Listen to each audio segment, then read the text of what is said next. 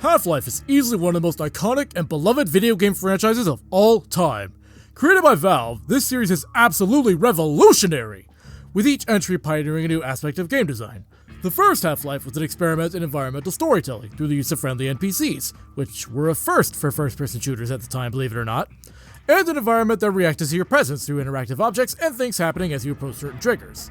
Half-Life 2 was an experiment in real-time physics, specifically the Source engine, which allowed for more realistic object interactions than ever seen before. Half-Life 2 Episode 1 gave the enemy significantly improved AI, Half-Life 2 Episode 2 updated the rendering engine to have better real-time lighting effects, better particle effects, motion blur, and general optimization improvements.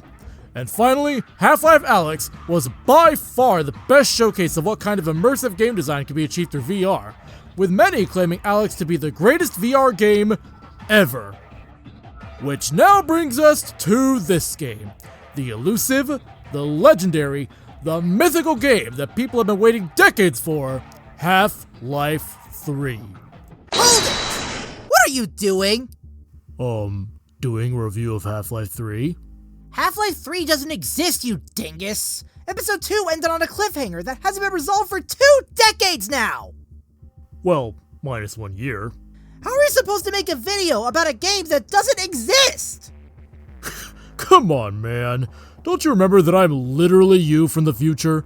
I've played significantly more games than you, most of which haven't even come out yet. One of them is, of course, Half-Life 3. But that's impossible! Val can't count to 3! You said yourself in the Portal 2 video that there's never going to be a Portal 3, specifically because Val can't count to 3. How do you know I wasn't just making a time-appropriate joke just to mess with you? Well, Come on, my dear past self. Trust me on this. I was thinking of doing a little experiment where I talk about a game that hasn't come out yet to let people know what to look forward to. But how are you going to talk about a game that literally doesn't exist? There's no footage to show as B-roll. Don't worry, I'll figure something out. You just gotta open your mind to the possibilities.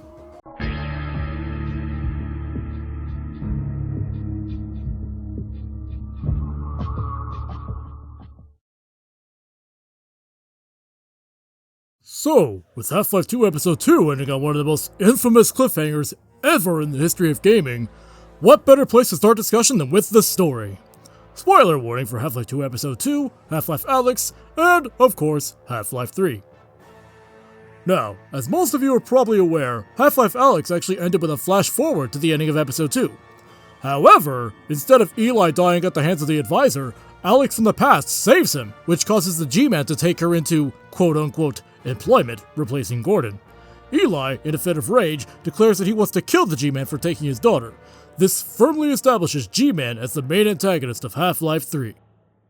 So, with his personal vendetta against the G-Man driving him above all else, Eli decides to forego the plan to track down the Borealis, and instead seeks out the help of the Vortigaunts to fight back against the G-Man and bring Alyx back. Wait a minute.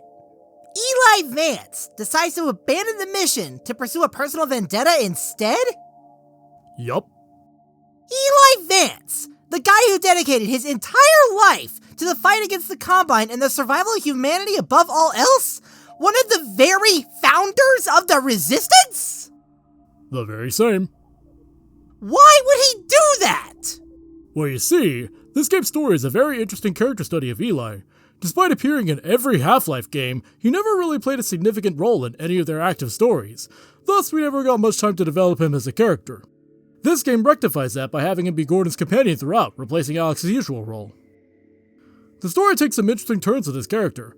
What happens to a character who dedicated his entire life to a certain cause when his family is on the line?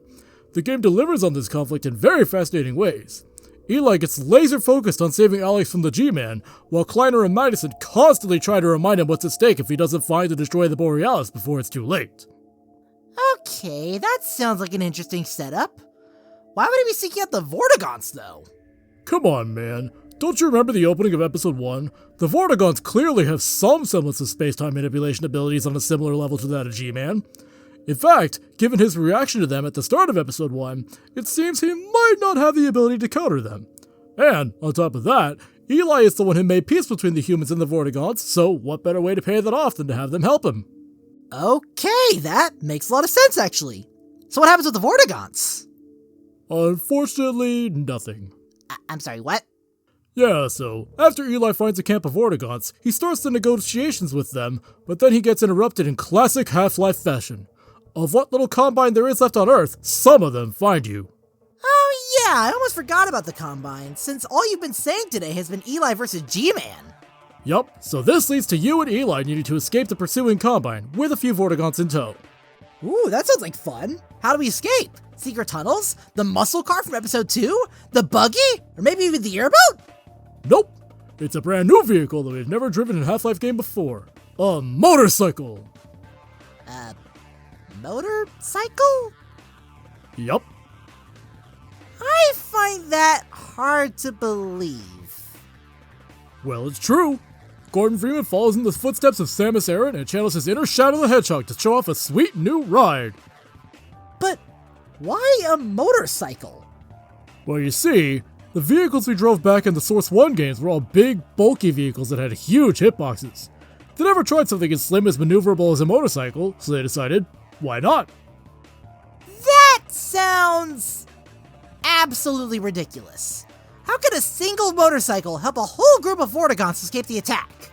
The Vortigaunts get their own motorcycles too. Okay, that sounds really far-fetched, but I guess I'll keep hearing you out. What's next? So, after making a clean getaway, Eli and Gordon receive an urgent message from Dr. Kleiner. In an unfortunate turn of events, the Combine got to the Borealis first. What? Yup, so the Combine now have access to Aperture's experimental and unstable space-time teleportation technology. However, Kleiner informs the duo that there may be a chance to stop them before they can figure out how to use it. So Gordon and Eli make a beeline for the coordinates given to them by Judith Mossman in episode 2. So, do they make it in time? Miraculously, yes. They arrive just as the vessel is starting to shift through space-time, but the activation is taking some time, so that allows Gordon and Eli to board just before it vanishes. Oh, that's a relief. So what happens on the ship? Once the duo was on board, they sneak their way past the Combine forces that are occupying it, hoping to stop them before they can use it to alter the past and undo Gordon's accomplishments of destroying the Citadel and the portal to the Combine homeworld. And by sneak past, I'm assuming you actually mean go in guns a-blazing? You know it, and you'll never guess what Gordon finds along the way. What's that? A freaking portal gun! A portal gun? Yup, so now Gordon has access to portals, and the game essentially becomes a Portal 3 and a Half-Life 3 all in one. Okay, as awesome as that would be to experience, I'm still pretty skeptical. How is Gordon supposed to use the portal gun anywhere other than the Borealis itself? The portals need specialized walls to be generated. I doubt the Combine will be leaving moon dust-coated walls everywhere they invade. No, trust me, man. This portal gun is a special portal gun that has the ability to generate portals on any surface.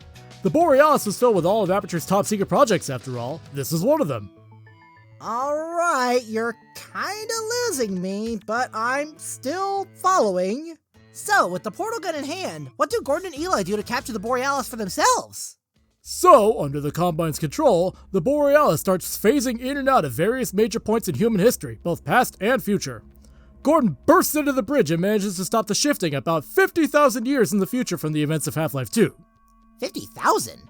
Why does that number sound so familiar? Wait. No! You don't mean... Yup, that's the heavily implied time jump between the events of Portal and Portal 2, with Portal 1 taking place around the same time as the Half-Life series. This means that Gordon and Eli run into none other than Chell shortly after she escaped Aperture. Chell? I mean, okay, I guess I can understand that since Portal and Half-Life are canonically in the same universe. First the portal gun, now Chell herself? That's still probable, but you're really losing me on how realistic you're being. So Eli and Gordon convince Chell to join them in their fight against the Combine. Okay, well, it's entirely Eli since Gordon is a silent protagonist. Then, with the help of Chell's superior intelligence, insane tenacity, and familiarity with Aperture systems, they manage to take full control of the Borealis.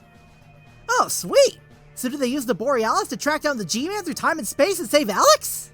You would think so. Eli insists that they now have the ability to save Alex, but then Chell disagrees. She claims that they need significantly more forces to fight such an anomalous omnidimensional entity. So they used the Borealis' technology to track down everyone they would need in the history of the world. Significantly more forces? Who do they get? Shell I can understand since Portal and Half-Life are so closely intertwined, but who could the series have possibly built up with foreshadowing to assist the trio? Barney's been assisting the Resistance since day one, so he's out of the question. Adrian Shepard? We haven't heard from him since Opposing Force, so that'd be cool to see him again. And maybe the two protagonists from Decay, who I forgot the names of? Come on, man. You're thinking way too narrowly. You gotta broaden your idea pool. Adrian is one of them, but there are more.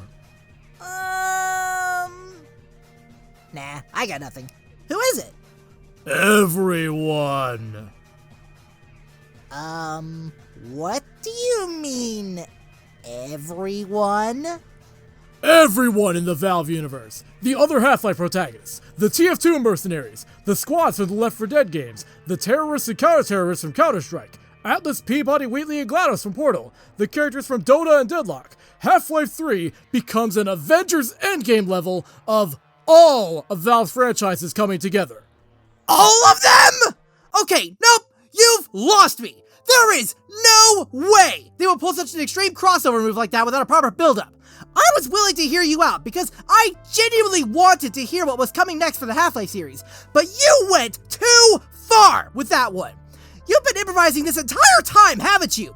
I can't believe I was dumb enough to actually think that a Half-Life 3 was ever going to happen.